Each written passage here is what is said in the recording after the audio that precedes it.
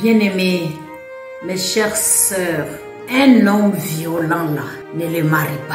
Peu importe ses études, peu importe sa richesse, peu importe son élégance ou son, n'est-ce pas, sa richesse ou ce qu'il est, ne les marie pas. Ne marie pas un homme par pitié ou en disant il va changer quand vous êtes dans les fiançailles. Parce qu'un homme, c'est ce qui sort de sa bouche là.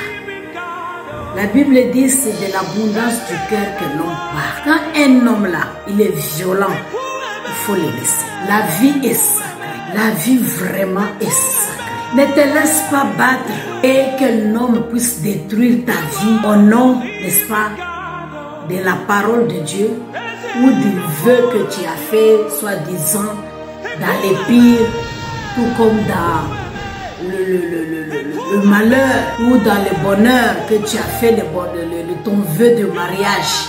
Et tu es là, il est en train de te battre, il est en train de te détruire. Et toi, tu es là au nom de ce vœu-là. Il faut refuser ça. Laissez-moi un peu te dire quelque chose.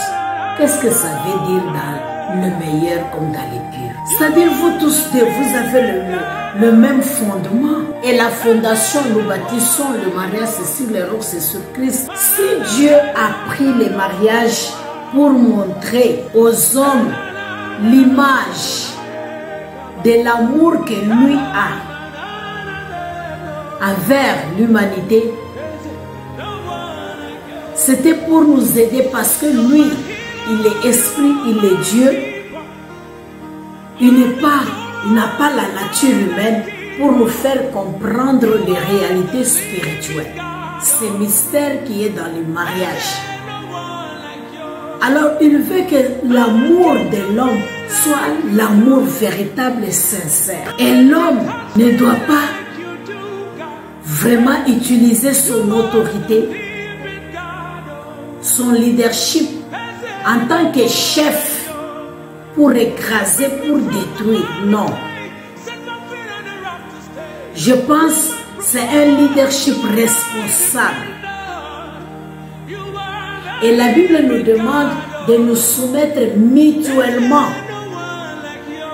Parce que c'est au nom de cette soumission-là, on va battre la femme et on va l'enlever la vie, on va la détruire, la battre jusqu'à la tuer.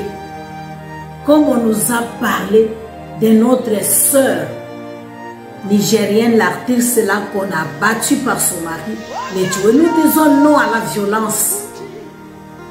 Refuse la violence, ma soeur. Ne dis pas, je reste à cause des enfants. Oui, en tout cas, c'est dans les pires. Non, le pur là, c'est-à-dire, c'est ce qui vient de l'extérieur. Et que le mari et la femme se mettent ensemble pour combattre ce qui vient de l'extérieur. Ce n'est pas à l'intérieur vous vous battez, non, et vous tuez. La Bible même ajoute encore que vous les hommes, vous devez apprendre comment vivre avec vos femmes. Dieu a créé l'homme, il a établi comme chef pour représenter Dieu. C'est-à-dire l'homme a la responsabilité d'enseigner sa femme et ses enfants à connaître l'amour de Dieu, à connaître Christ. Il y a des hommes qui seront jugés aussi, hein. En tout cas à ma compréhension de la manière dont ils ont géré leurs femmes, de la manière dont ils les ont traitées. Vous allez rendre compte aussi parce que c'est une responsabilité devant le Seigneur. Alors cette responsabilité-là, l'autorité que tu as d'être chef, ce n'est pas de marcher sur ta femme, de la détruire. Quand nous regardons même la nature, nous voyons le lion comme roi de la forêt. Je pense que quand il voit le proie là, il vient, quand il attrape ça, ça lui appartient.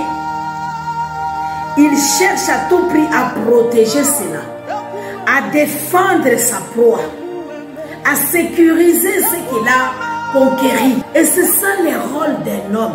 Il est un chef, c'est pour protéger la famille, c'est pour garder sa femme, c'est pour la sécuriser. Mais ce n'est pas d'utiliser la force pour la marginaliser, venir la taper et jusqu'à la ôter la vie. Et nous disons non à cela. Et tout ça aussi, ça fait partie de l'éducation que l'homme a reçue aussi. Je ne pense pas qu'un homme responsable, un homme digne du nom, peut mettre la main sur la femme et commencer à la taper. Et la taper jusqu'à la tuer. Et toi, ma soeur, moi je me rappelle, avant, il y avait quelqu'un qui s'était pointé comme candidat pour me marier. Et dans les fiançailles, il me dit, ah oui, tu sais que toi, mes petites soeurs là vont commencer à te taper. J'ai dit, avant qu'ils commencent à me taper là, j'ai laissé les fiançailles là. J'ai déposé.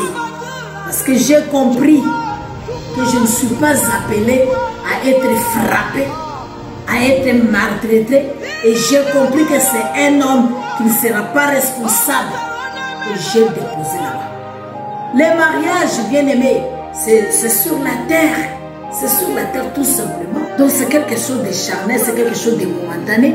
Alors tu ne dois pas accepter qu'on te ôte la vie que Dieu t'a donnée pour vivre au nom de l'amour, au nom des enfants. Oui, je reste parce que, en tout cas, au nom de la soumission, on est en train de... Non, cherche secours.